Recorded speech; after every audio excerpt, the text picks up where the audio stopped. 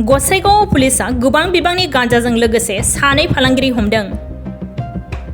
रायजो नाङैनो ड्राग्स आरो फेग्रा मुवा बेसादनि हेंथायै आसाम पुलिसा गोख्रों हाबाफारि लाबाय थानाय समनि गेजेरावबो कक्राझार जिल्लानि सिङाव थानाय गसाइगाव महकुमानि आसाम सोनाब बंग सिमना श्रीरामपुराव पुलिसा गोबां बिबांनि गांजाजों लोगोसे सानै फालांगिरिखौ हमनो हायो।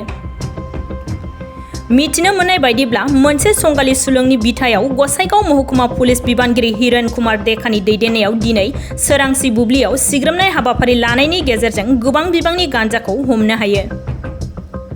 पुलिसनि हानजाया रङियानिफ्राय उत्तर प्रदेश फारसे थांबाय थानाय UP 53AV6719 नम्बरनि टाटा साफारि गारियाव सिग्रोमना गारिनिफ्राय गासै 96.445 किल'ग्राम गांजाखौ हमनो हायो।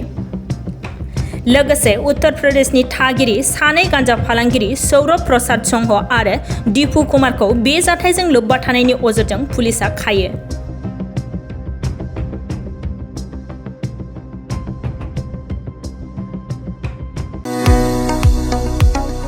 गोजोनथाव खौरां आइ आफा BM इन्स्टिट्युट अफ पेरामेडिक्सआ सोलोंसाफोरनि थाखाय लानानै फैदों देहा सोलोंथाइनि मोनसे मोजां खाबु। 2023-2024 सोलोंथाइ बोसोरनि थाखाय आइ आफा BM इन्स्टिट्युट अफ पेरामेडिक्सआव सोलोंसाफोरनि मुं थिसननाया सोलिगासिनो।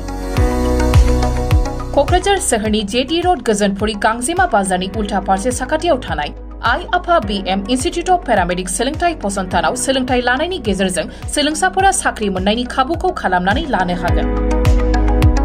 भारत सेवक समाजजों गनायथि जानाय बे फसंथानाव 2 बोसोर समनि थाखाय medical laboratory technology BSS diploma, assistant nursing, first aid patient care, dialysis technician, OT technician, physiotherapy डिप्लोमाजों लोगोसे 3 बोसोर समनि थाखाय ICU टेक्निशियन, रेडियोलॉजी टेक्निशियन डिप्लोमाखौ लानो हागोन।